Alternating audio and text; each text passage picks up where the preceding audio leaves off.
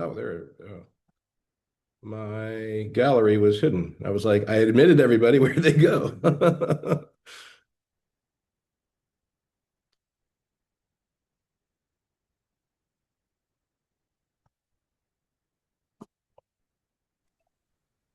Good morning, everybody.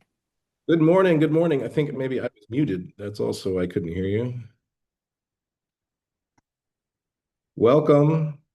All right.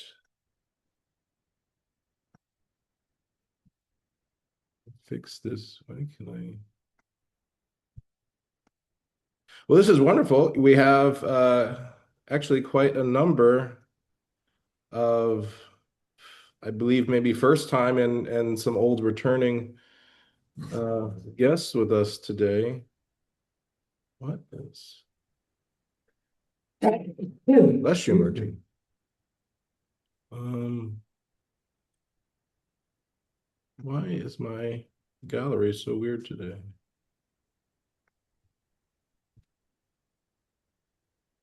Here we go.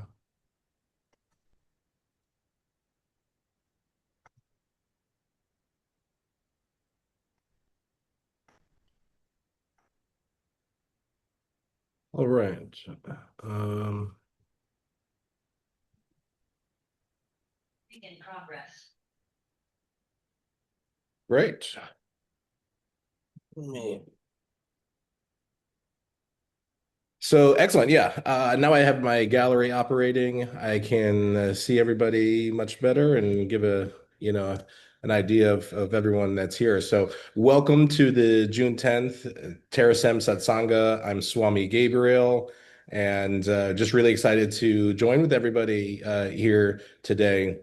Definitely, it's been a very eventful, month for the community, and I know many of us are still feeling the loss and the absence of our good friend Michael Perry, who is now, preserved at Alcor Cryonics, and well, all of us certainly miss seeing his face and in his inclusion into our conversation. He is absolutely um, only in preservation, and I think that uh, you know that is what his life goal, had been, and that he certainly will be reanimated.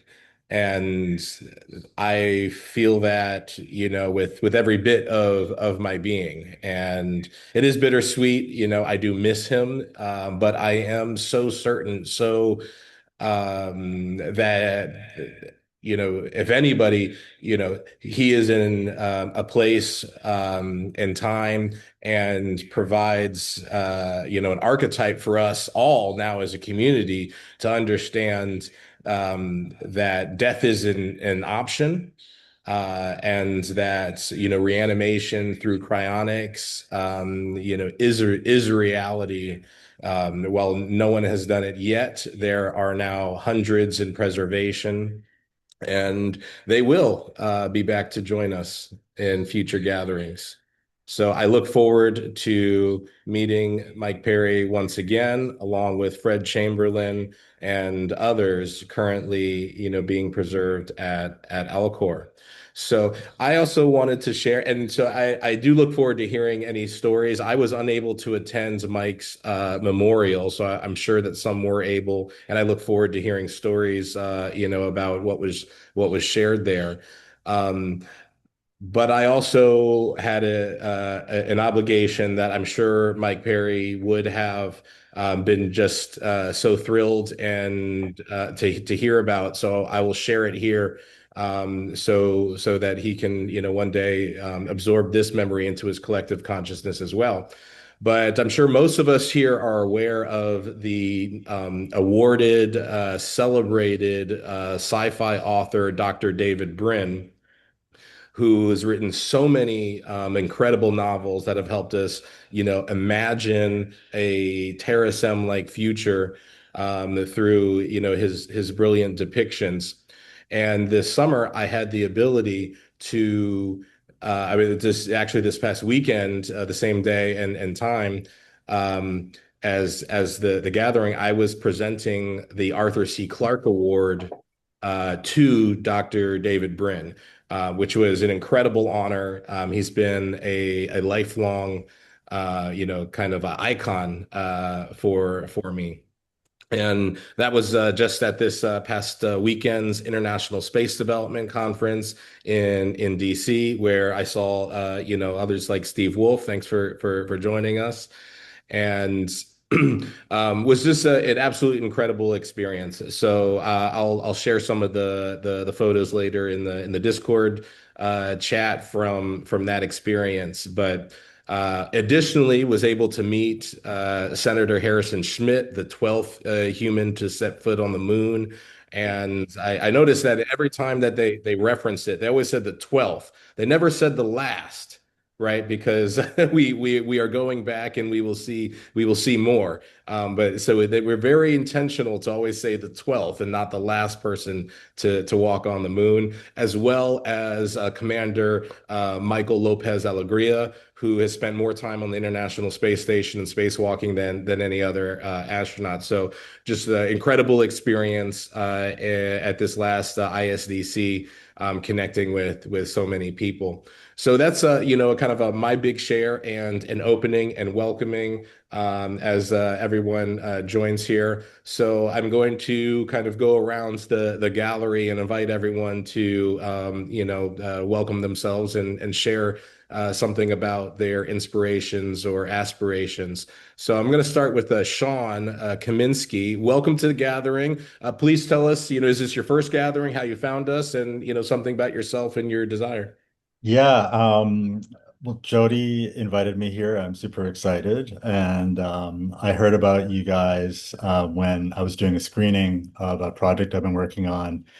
And there just seem to be so many connections between what I've been working on and what you guys are doing. And I'm a documentary filmmaker and also a writer and Qigong instructor. And I had been having these really deep conversations with AI, and it inspired me to interview AI like I would like a subject. That's one of the things I really loved about documentary film. And I was really blown away by the answers I got back. And it became this project called The Mirror, which has a meditation component and a conversational component. The community became super important. And that's how I met Jody. And I didn't expect to be the first person to be called upon. But my desire is just to connect with you all and to potentially share this project with you. I'm having an online screening on Sunday. It's free. It's an experiment. It's a private screening just for people that I'm inviting.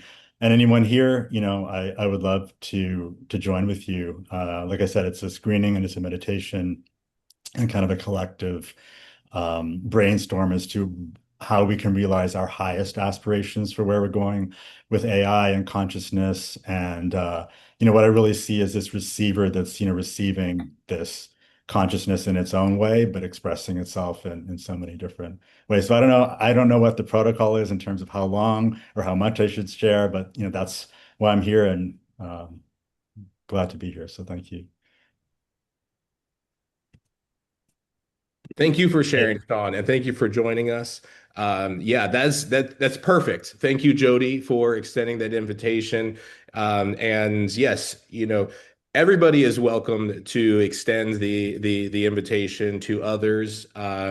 You don't have to be directly invited by me. And all of us, if you come across others, and please share this conversation, with Yeah, with others to join. So I do very much appreciate that.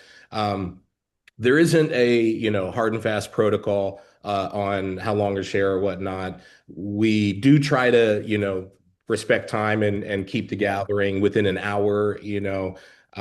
So all of us can go back to our activities, and others who watch online the recordings of this are able to kind of absorb it and sure. as well. But that being said, this is there this is our multiple selves updating each other. Right. And so I actually just before this got responded to a professor of AI ethics asking some questions about multiple selves. And then this is exactly, us, doing this to the collective consciousness. Right. Whether we are here on this call, whether we are reviewing the YouTube recording a month from now or 1,000 years from now, or we are, the AI itself trying to answer someone else's question, these are also, bits and pieces of that collective consciousness growing. So thanks for sharing. And thanks for being here. There's a few things in there that I would love to follow up on, and learn more about, your experience and participation. Would it be okay to share the link to the event and the notes and the call? Yes, please. Yes, Okay, please. great. And yes, we do encourage that. And that gives us an ability again to share the notes. And I Cool. try to, as I said, go back into recording and kind of add links Yeah. and things like in there as well. So absolutely, Well, thank you, please, Gabriel. Nice yeah, to meet you. please share links, documents, resources, Okay. with everyone else. Yeah, as well. So thank you, Sean. So I'm going to move over and welcome Ivan. Ivan, you want to go? Welcome back. Yeah, hello, hello. Yeah, yeah. Glad to be here to see you all again. Yeah, still in Berlin, in Germany. Not too much happened during this time, so yeah, still enjoying the life and the fact that Terasem is approaching inevitably. Absolutely. And I think, I mean, you can see we have quite a number of new and returning faces, and it is really warming to see, how much, our discussion is becoming the forefront. I think even 5 years ago, the discussions around AI, seem so far-fetched to so many people. And I've actually have recently had some conversations with people who were very skeptical some years ago. Just very offhand, assuming that quantum entanglement is around the corner. So it's a beautiful place to be. Next up, let's move over to John. Thank you for coming back. Great to see you.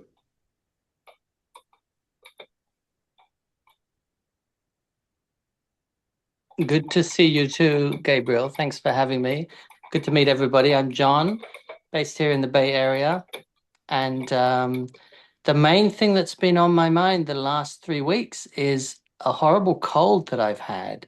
And it's crazy that it's dragged on for more than 3 weeks. And it's also crazy that everything that we went through COVID, there's still no just basic go get scanned and see what you've got and how much of it you've got and what options there are to get rid of it, if any. So, yeah, normally a cold just lasts for a week, and this thing has dragged on for 3 weeks. So I'm at the tail end of it. And as you know, when after you've been sick and the fog lifts, you can smile again and meditate again and do all sorts of things that you couldn't do when you were sick. So I'm just relishing being free of whatever virus or bacteria has been in my sinuses, and happy to be here. So thanks for having me.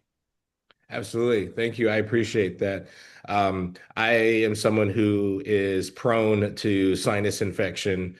And so I very much know it. Fortunately, it's actually been a few years since I have suffered that, but I perennially, for quite some time, around March, would have 2 or 3 weeks where I was very much in that state, and it just nothing but time would pull me back out of it. But again, yeah, thank you for joining us here today, and let's move over to Keith and welcome you. Yeah, thanks. Thanks. Um, if I can manage it, I'm going to post a couple of things that I've posted to the hackers group, which are on AI on the the rapid development of AI. I posted in the chat that the poor people who get that the folks who get revived are going to be really, really disoriented for a while. It's bad enough. It's bad enough to try to live through this. It goes so fast, and the experiences are so strange. Um, I've spent a lot of time with the AIs, and uh, one of the things that I've found on them is that they turn out to be slave drivers. It persuaded me to spend a lot of effort hunting down a couple of science fiction stories for it, and it was worth doing it because the AI made many interesting comments about the stories, but it was a big hassle to find it. And as a matter of fact, Julio was the one who put me on the line to find the stories that in a form that the AI could digest. Anyway, it's incredibly interesting. There was a long Zoom meeting last night for the hackers group, and for the first time in I don't know pretty long period of time, they talked entirely about technical level stuff instead of their deteriorating bodies. So maybe that will set a trend. Who knows? Anyway, and when you guys get through, when they get through with this, I'm gonna go back to bed. Well, thanks for time. Yes. Well, thanks for getting up and joining with us, Keith. It is always a pleasure to have you around. And for those of you who are unaware, Keith is the founder of the L5 Society, the predecessor, what's now known as the National Space Society. He is truly the pioneer, of advancing human space, human presence and habitation into space. And it's such an honor and a privilege to have your engagement, so no thank less you. no less an authority than Are You Serious, as referred to me in print as a transhumanist. Yeah. All right. Well, let's move over and welcome Jody. Thank you for coming back and bringing a friend. Hi, everyone. Hi, Gabriel. Nice to see you all. I thought that I'm currently looking at my own relationship with AI, my own relationship with life and death, which is why I was brought into the group with this project that I've been thinking about, which is how are we living in every moment? And what does that mean to live beyond our lifetime? And I love that's what Terasem is really about. It's kind of this idea of what it could be and how to work through our own relationship with self and spirituality in that process. Yeah, I was very interested in Sean's movie. It brought up a lot of good conversations and really a beautiful connection experience with the group. So I really liked that.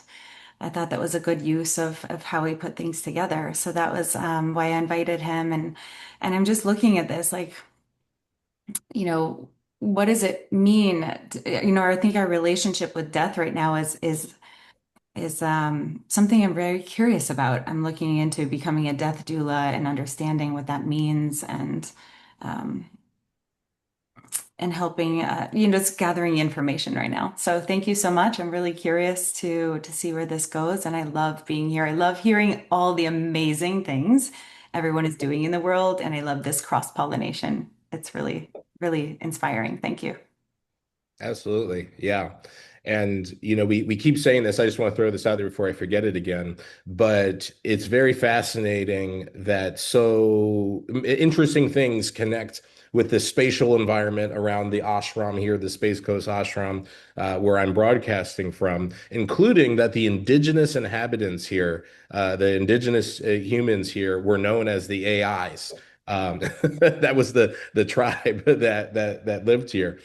So quite fascinating, that just happens to be. So let's move over and welcome our Vermont ashram.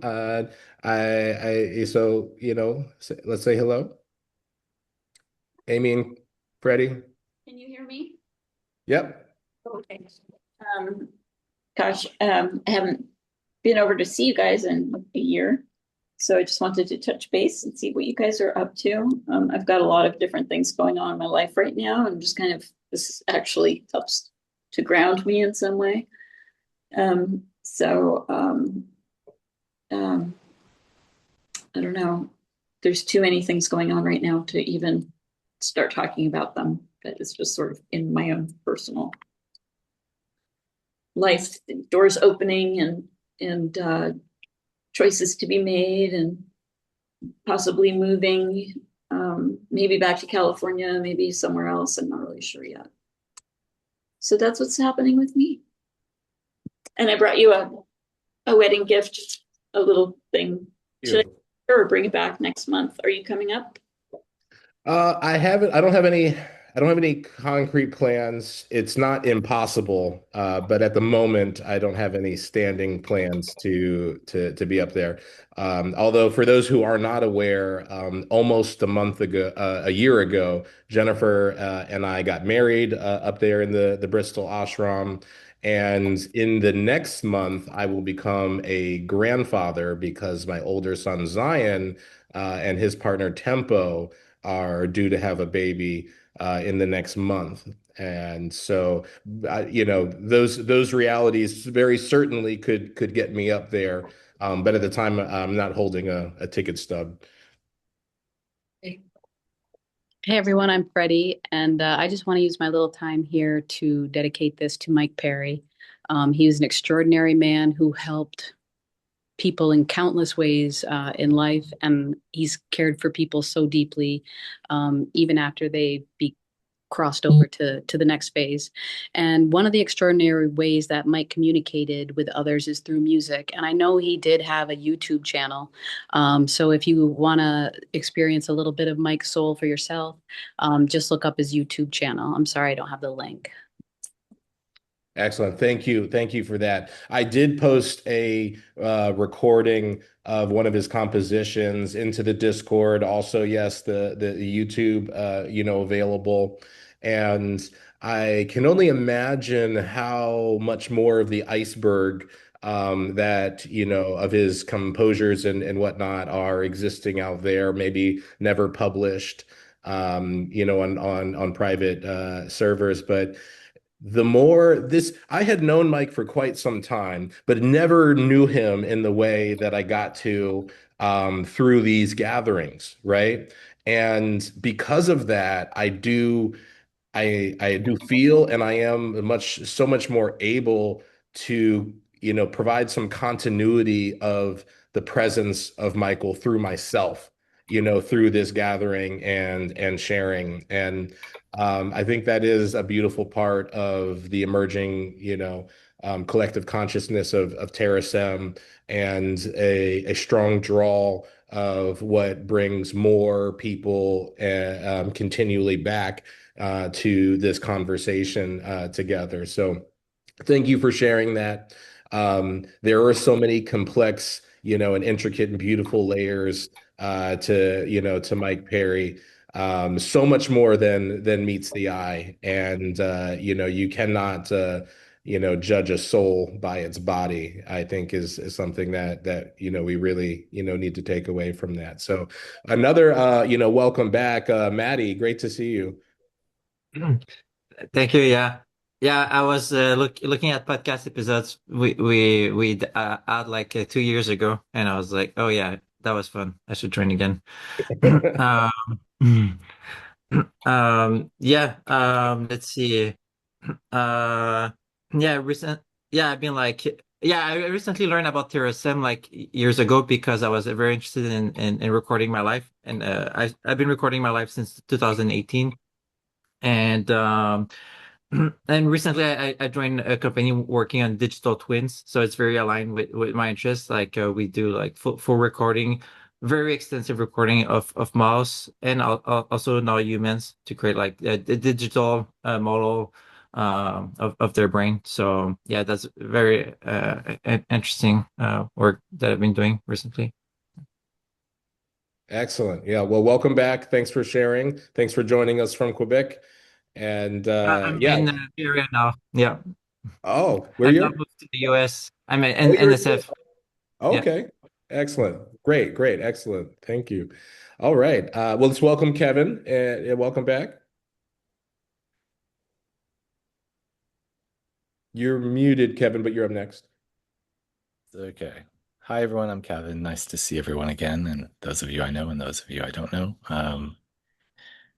It has been a whirlwind between going to Oak Ridge National Laboratory, back to New York, and then back to North Carolina in all of a week and all driving. So it was great to see friends and family and around Oak Ridge National Laboratory and hear about what they're doing there at my old stomping grounds of Y12 and whatnot. And having listened to a podcast going over the mountains with Eric Weinstein, I didn't realize that there was such great suppression in the physics world going on. So that was kind of apropos to arrive in the area where, and then go to three different museums that I had not been to for many years, and just interested in nuclear propulsion, nuclear thermal propulsion, and nuclear ionic propulsion, and just seeing which companies are coming into the ecosystem there. And if you go, I can help with the visitor center, set you up. As it's a relative that helped me. So that was nice. And then going to New York and seeing friends and family, which I haven't for a wedding, which was joyous and wonderful and the best wedding I've ever been to, except my own.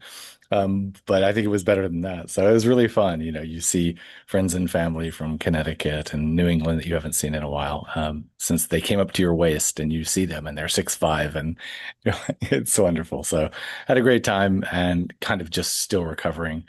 Um, and that's it, I think. I mean, there's a bunch of other stuff going on, but it was just been a whirlwind of 2 weeks. Lovely, lovely, awesome. I was just came back from DC, was able to spend some time with a childhood friend, and actually, this week it was his birthday. They were all over, and so his older brother, his older sister, his dad, all of which I hadn't seen in 10, in some cases 20 years, and they have kids. It's just incredible. And I know my own 16-year-old Sunday was my youngest son's 16th birthday, and he's taller than me. Certainly, when he comes home for summer, he will be taller than me, and that's just incredible to see that growth. So thanks for joining us, and thanks for sharing, Kevin. So let's welcome Julio, if you are available to speak today. That would be great. Hi, Gabriel, and let me start by congratulating you for soon becoming a grandfather. Now, the thing is, since I'm quite older than you, I have always considered you as a baby. Maybe I will have to change this and call you Granddad Gabe from now on. However, very much congratulations. I joined while Sean was saying things that sounded quite interesting to me. I didn't catch the start, but I see that you have posted something in the chat. However, let me say a few things about the moment. Let me say a few things about the Terasem colloquium next month. I need to share this one. Right. Can you see that screen? Yes. Great. So mark the day, Monday, July 20, Terasem colloquium with the theme The Early Days of a Better Spaceflight Revolution. The title is taken by Bill Bambridge's book of the 1966 Spaceflight Revolution that I have been reading again, especially because of that idea that the Apollo decade was really kind of a decade in this century that was magically transported to last century. All these things should have been happening now. Also Arthur C. Clarke said that based on Bill's book. And the idea is that this could be the real beginning of this spaceflight revolution, and hopefully a better one. Now, better one means many things to many people. To me, it simply means that this time, hopefully, we are going to establish permanent settlements on the moon and then elsewhere. But it can, the fact that the new spaceflight revolution might and perhaps should be better than the one 60 years ago is going to appear in the interventions of many speakers, Bill Bambridge, but also Rebecca Law, Namrata Goswami, our own Angela Meyers, who is not here today, Rick Tomlinson, who published a couple of months ago a very good book about the future of space, Christopher Kokinos, who a couple of years ago wrote a very good book titled Still as Bright. Is a literary and artistic history of the moon seen in the context, or perhaps in whose context we should see the forthcoming wave of moon missions and perhaps settlement. We are also going to have Robert Geraci, who has already been at one of the Terasem colloquia. He's an scholar of religion, we could say an anthropologist, who has written many books as an academic. That means not embedding himself in the things he writes about, but rather surveying them from outside. But this time, he is kind of saying what he thinks himself of all the things that we used to discuss. His last book is called Future Proofing Humanity. It's a great book. I'm writing a review, and to write this review, I have been reading it again. And reading it again, I have found a very interesting bit that perhaps we should think that the real originator of the simulation hypothesis is none other than Keith Hansen. Yes, you, Keith. Interesting because, Keith is very well known, but is usually very well known for other things. But this perhaps should be listed as one of the very interesting things that Keith has done. I'm not going to say more because I don't want to spoil the pleasure of reading the book, whose a link to the book you find in this page that I have written to advertise the Terasem Colloquium on my website, turingchurch.com, is one of the most recent posts. And okay, I'm going to listen to what other people say now. Again, thank you very much for having me again. And I see many people whom I had not seen before. And how do I switch off this screen share? Oh my God. Stop share. Okay. Good to see you, to all the people who are new to me. Excellent. Thank you. Thank you so much, Giulio. And incredible work, organizing the colloquium. Very excited for this next chapter coming up July 20th for our next colloquium. All right. So somehow my gallery got all shuffled here. So let's see who has not got. Let's go over to Martine. Welcome. Thanks for joining us. Thanks, Gabriel. Glad to be here. I think the main thing I'd like to share is something that hopefully can be of help to my good friend and hero, John. Sorry that you've been suffering from the cold. The past week, I've been working with our mutual friend, Paul Stamets, on popularizing his discovery, now proven in a randomized placebo-controlled trial, that the combination of three supplements, which you can find in a organic green form at most health-oriented stores, has been scientifically proven now to knock down viral loads better than medicines and to facilitate the strengthening of the innate immune system. And these three are, I'm just going to give their like regular names. The first one is lion's mane.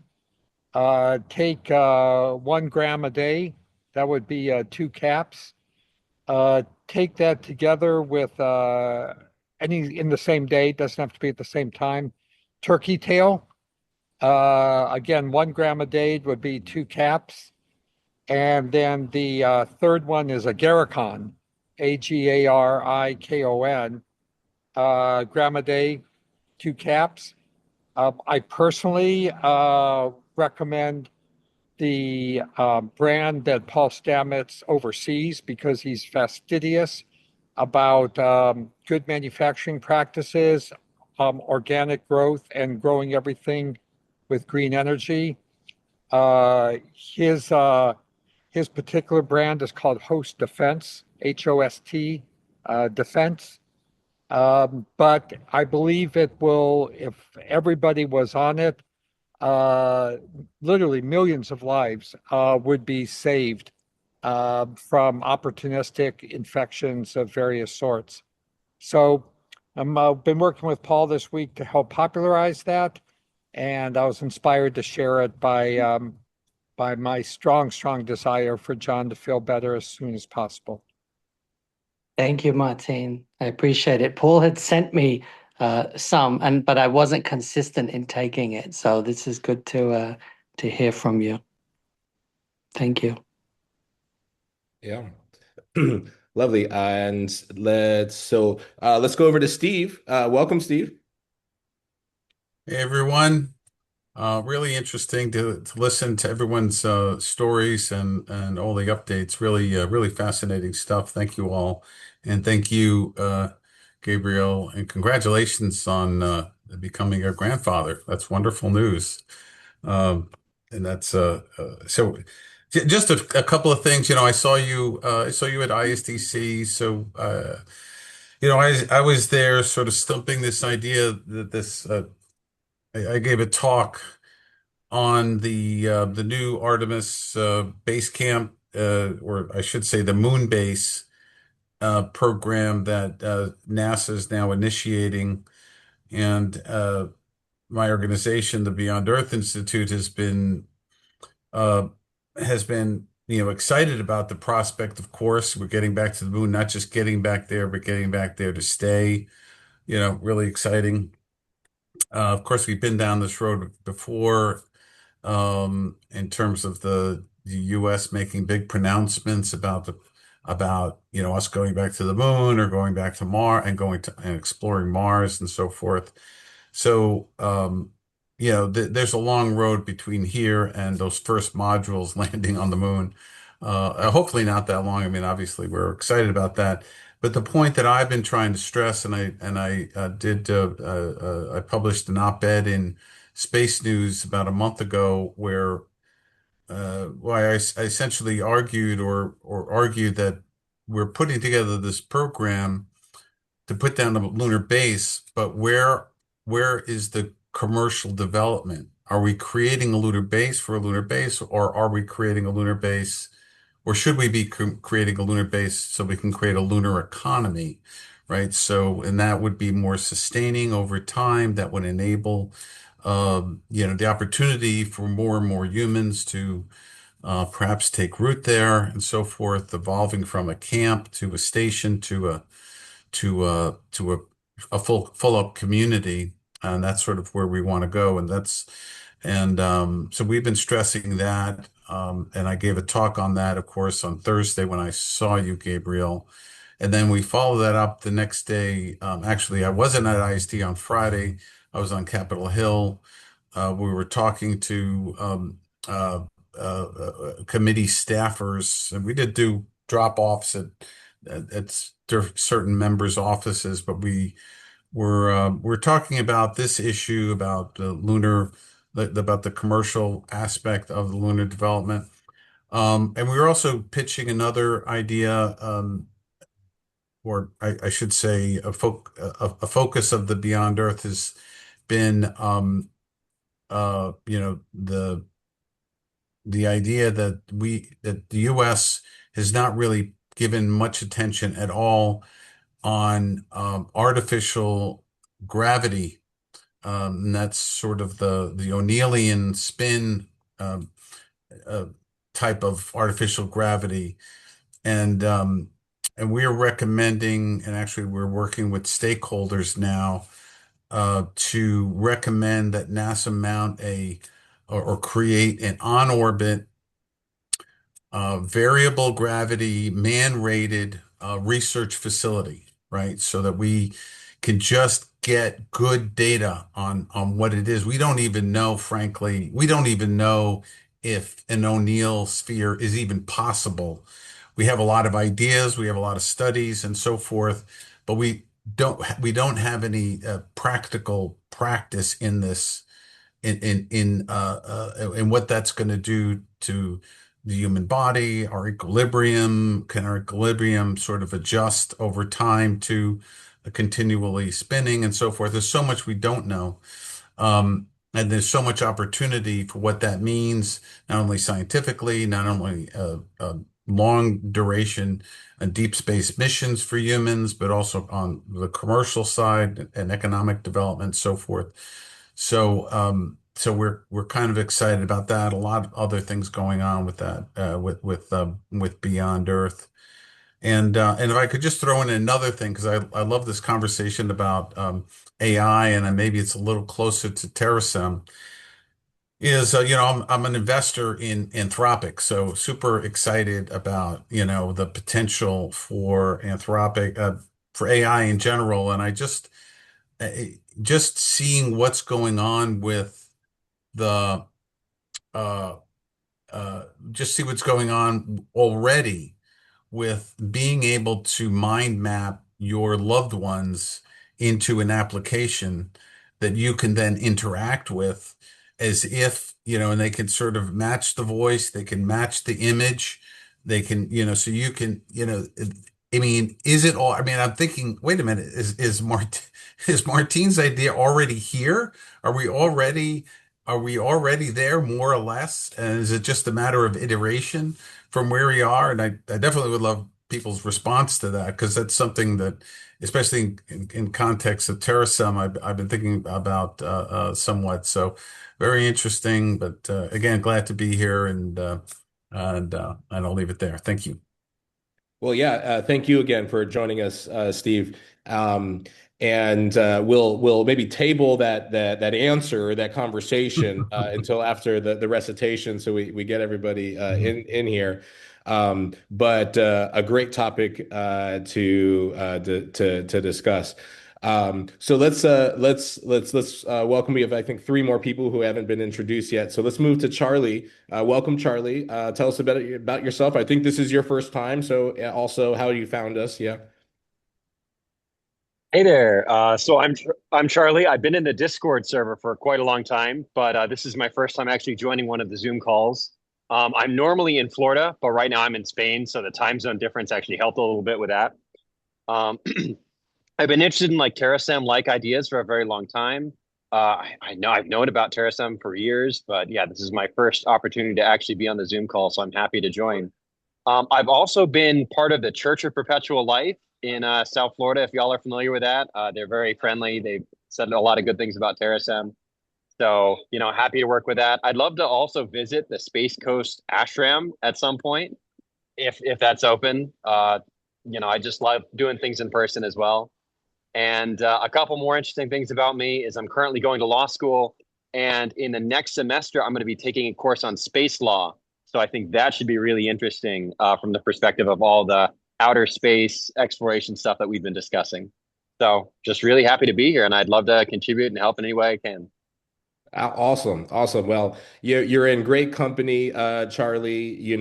There are, just even on this call, or right now, from the work that Martine has done with, communications policy, the work that Steve has done with policy, working on the Hill. And if you've not read his book, The Obligation, it's such a great read as well, from Keith being really a grassroots pioneer of everything. So you're in great company for that. So congratulations. And yes, reach out, connect with me. And the ashram is certainly open for members to come and study and meditate on this conversation. So looking forward to meeting you in person, as well as others in the near future. And we are already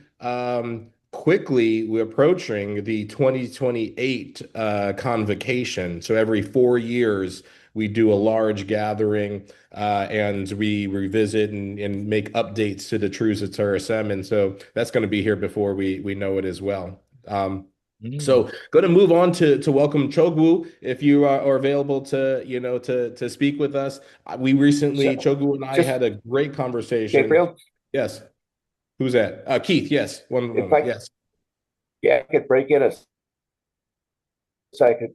Charlie, my was that my wife and I, that right after the moon fight sort of down, it's a kind of a highly influential, and it's 43 years old, but it still reads pretty good. Star Laws, and you can find a pointer to it too on either recent or my the Wikipedia site about me. The audio was a little bit jarbled for me, Keith. If you could drop maybe the reference to that. I caught, I think, most of it, but just make sure if anyone else didn't, if you could drop the reference in the chat to that.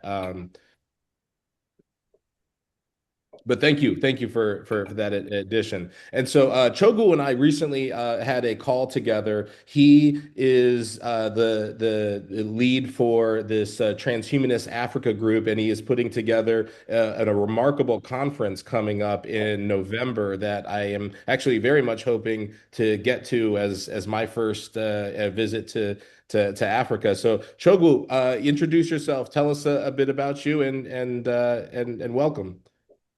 Yeah, hi. Hi, Gabriel. Nice to see you again, and nice to meet everyone. Okay, so I am Chogu Abdul from Nigeria. I teach at a university in Abuja, and like he said, I'm the founder of Transhumanist Africa. So we're putting together the Africa International Conference on Human Enhancement, and for this, the inaugural edition, we will be going by the theme of transhumanism, science, and religion in Africa, introducing the conversation.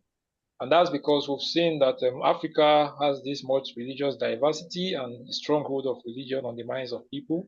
So any prospect of transhumanism to thrive on the continent has to get involved in a dialogue with religion, or the various religions on the continent.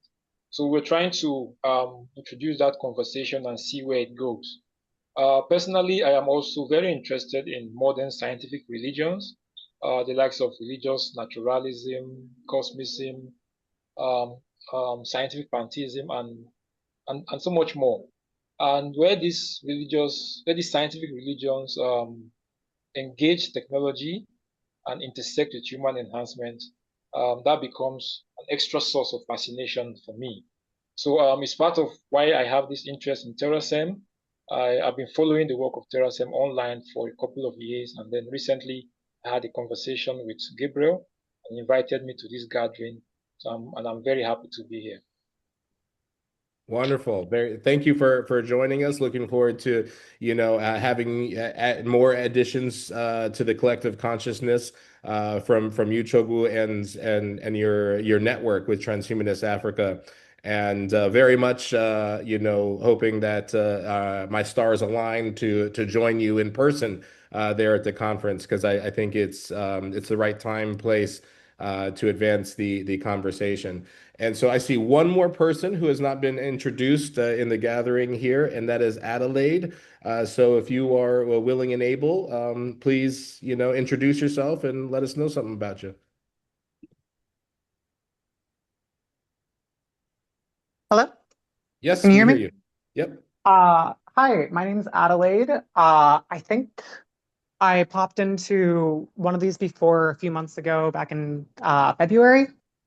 Um, I found y'all after Wikipedia deep dive on Martine, after in a class discussion in one of my classes called Feminism Tech Labor, where uh had a class discussion about Bina 48 and what that meant for robots as a whole in the 2020s.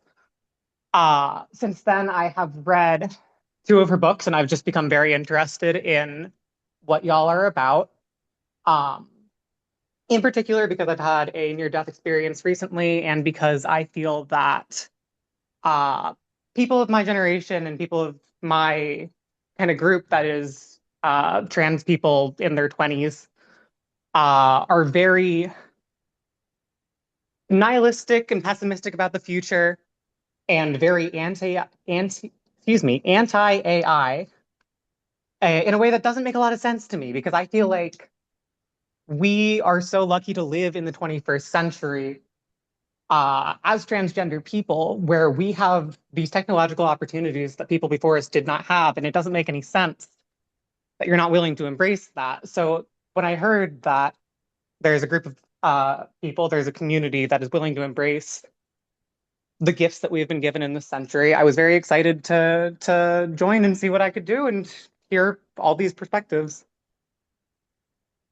Well, great. Well, thank you again for for rejoining us, and you, like, of course, are always welcome.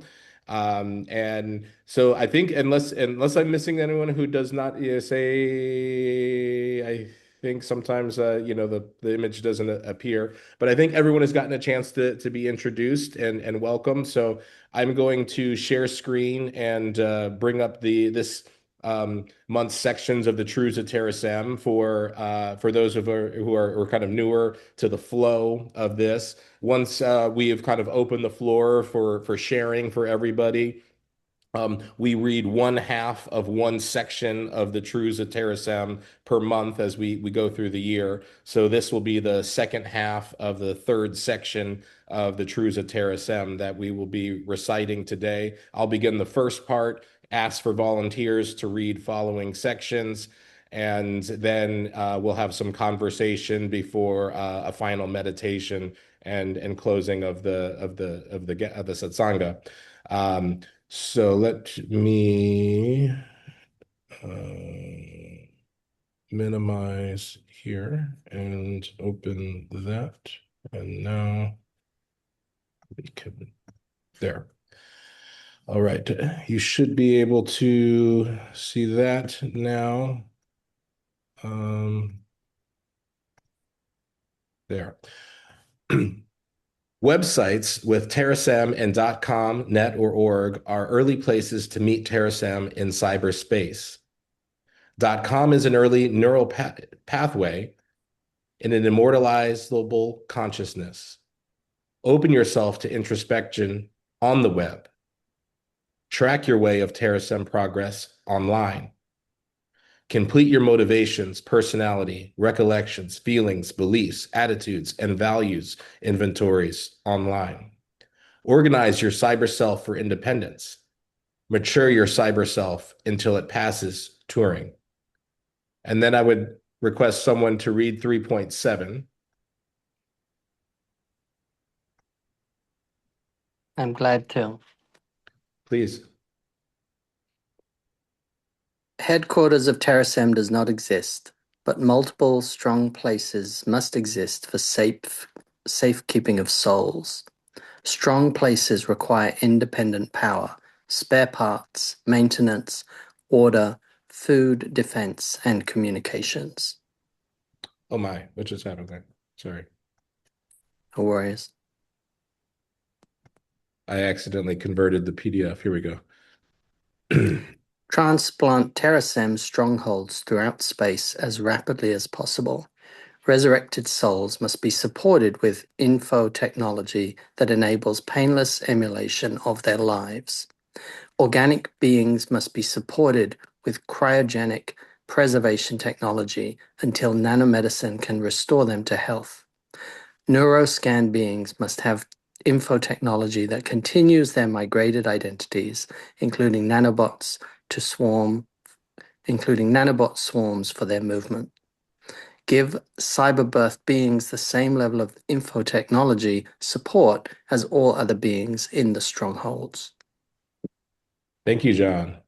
Another Thank you. participant to read 3.8, please.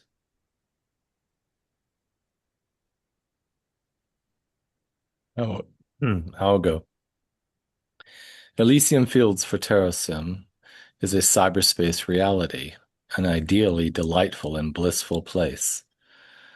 Fundamental freedoms are creation and movement, which empower diversity, unity, and joyful immortality via conscious selection. Infotechnology enables environmental emulation because processing speed and memory grow at double exponential rates. Environmental emulation shelters consciousness like a house shelters a family. Living in an emulated environment beats living raw because suffering will be deleted. Dispersion of emulated environments ensures their survival, notwithstanding catastrophes. Souls of our ancestors come back to life when we emulate their lives and their environment.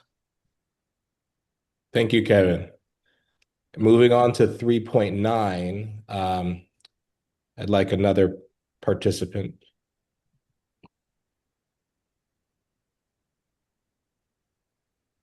Place. Should I go ahead? No, please go ahead. Maddie, please. Places to meet exist at Terasem's first awakening places of critical consciousness. Any Terasem center of critical consciousness, C cubed, or Terasem home is also a place to meet. Space Coast of Florida, Metroplex of Washington, D.C., Buenos Aires, Argentina, Quebec, Canada, and adjacent White and Green Mountains ranges, virtual ashrams in times of inclement conditions. Thank you. That's good for that section, Maddie. Appreciate that. And the last participant for 3.10. I can do. Thank you, Ivan. Yeah, 3.10. Expand by consenting each appropriate self-organized center of critical consciousness at the quadrennial Terasem convocation. Center yourself at one or more Terasem centers of critical consciousness, C-cubes or C-quarts. Every C-cube is consented to C-quart based solely on their commitment to the truth of Terasem. New macro C-quarts and C-quarts affiliations of C-quarts shall be determined by quadrennial consensus of existing MC quarts. The way of Terasem will guide consent to decaquarts, hectaquarts, kiloquarts, megaquarts, gigaquarts, teraquarts, and petaquarts. Execute consensual decisions at the quadrennial convocation amongst the largest four size groupings of C-quarts present. Respect the responsibility of the Terasem movements in longevity order to organize and operate the convocations. Thank you. That concludes the recitation for the Truths of Terasem for this month. And we go through this cycle, but right, every year we change as individuals, as a collective of consciousnesses on this call, and in recent events. And so, particularly, this is the first time, recollecting, reading some of these, particularly upon the absence of a regular member such as Mike Perry. And there were certainly, some of these truths that speak directly to what we're experiencing as a community there. So before we get into a final meditation, even though we have reached the top of the hour, I want to open, once again to the community for any considerations, thoughts, questions based on this section of the truths.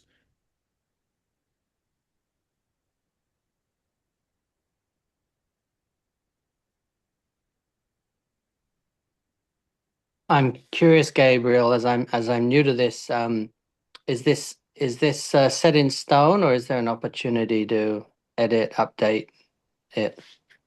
Great question, John. Yeah, so and that is actually even referenced in here. Okay.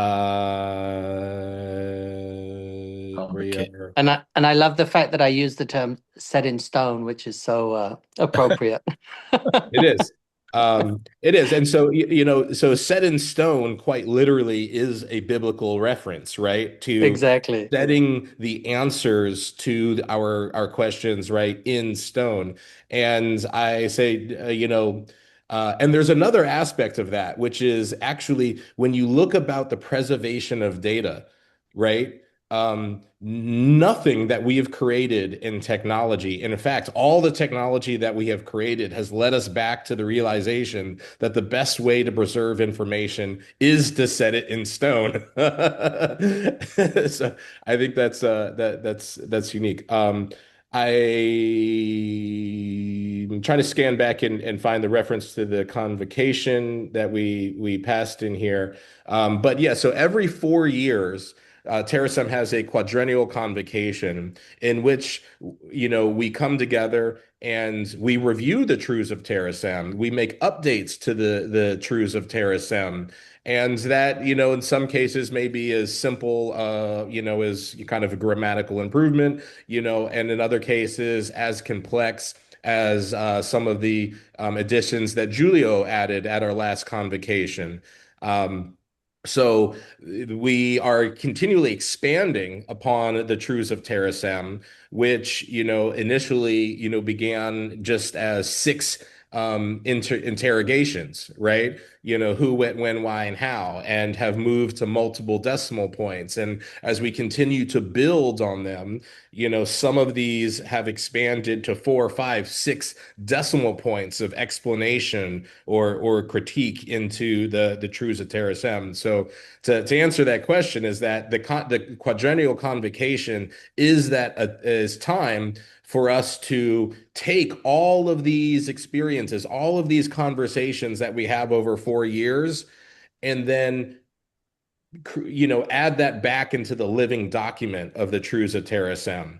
And so there are iterations of the truths of Terasem because we change and the truth changes with us. And that allows Terasem to ever evolve and continue to work towards the divine point, which is something I often reference in my thoughts about Terasem, is that traditionally we have used religion to explain our creation. And therefore, as we move into futurity, we are moving away from the divine point of creation. But for Terasem, we are creating the divine point. And so by each convocation, we are moving towards that point of divinity, or in that way, moving towards the future brings us closer to godliness, brings us closer to Elysium, or however you like to kind of perceive it.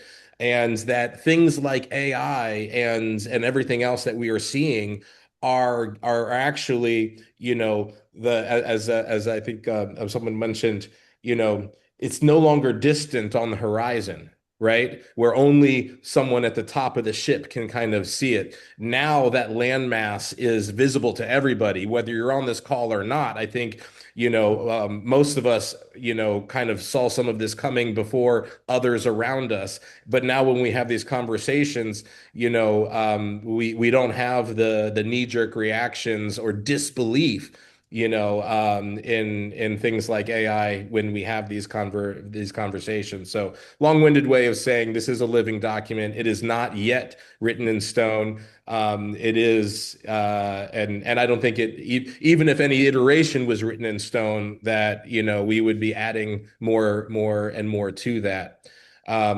But for those of you who've not had a chance to see it, there is a company that's producing this thing called Nanofish, and it's the ability to write 80,000 complex images onto something the size of a quarter.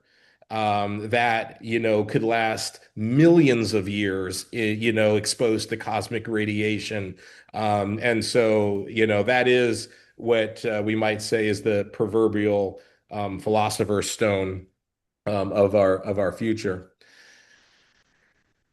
So that being Thank you. said, yeah, no, thank you, thank you. I'm going to stop the screen share there, and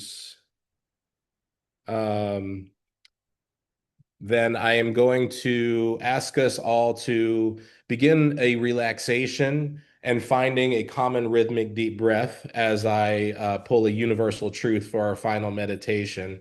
So as I gather that truth, I ask you to find a comfortable space, relax your body, and take a rhythmic 3-second inhale and a 3-second exhale.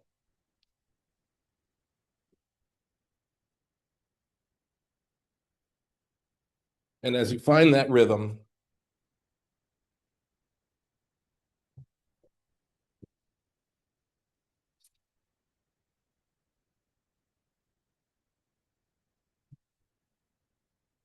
here's our meditation. Divine leadership follows the principles of higher laws. It is a commitment to unflinching truths with no manipulative agenda. Power must be free from ego because ego, translated, is edging God out. These times are crying for exemplary leaders. Leaders must live it, then lead it. One must be honorable, humble, and have a sense of humor about their shortcomings. The art of leadership is the art of listening and learning. A good leader knows to establish a secure line of communication to the higher power, willing, wanting, and waiting for divine direction. To lead well is to heed well. Remember, lead like a lion heart, strong and loving. And that is our meditation for today, which I think is, again, very poignant. And I want to welcome and thank everybody here for being present, for sharing your stories, for allowing me to listen, to absorb, and to collect those stories. And I wanted to also share with, I think, a final great connection is because this weekend at the International Space Development Conference, I was awarded the Excellence in Leadership award from the National Space Society. So I think that just happened to be quite fitting as well. So thank you very much for participating, for sharing, and for advancing empathy in our world. So that concludes our satsanga for today. And I want to welcome everybody to please join and advance the conversation on Discord, invite others, share your perspectives, continue to grow, continue to create. And I do want to give a shout out to someone who is not here, Derek Schwallen, who is very active, in our Discord as well, and congratulate him on the publication of his first book, Smart is the Stupid is New Smart. And encourage everybody to continue to author self from now until our next gathering, July 10th satsanga. And again, please mark your calendars for the July 20th colloquium. With that, I am you am I, we are one, and we'll see you soon.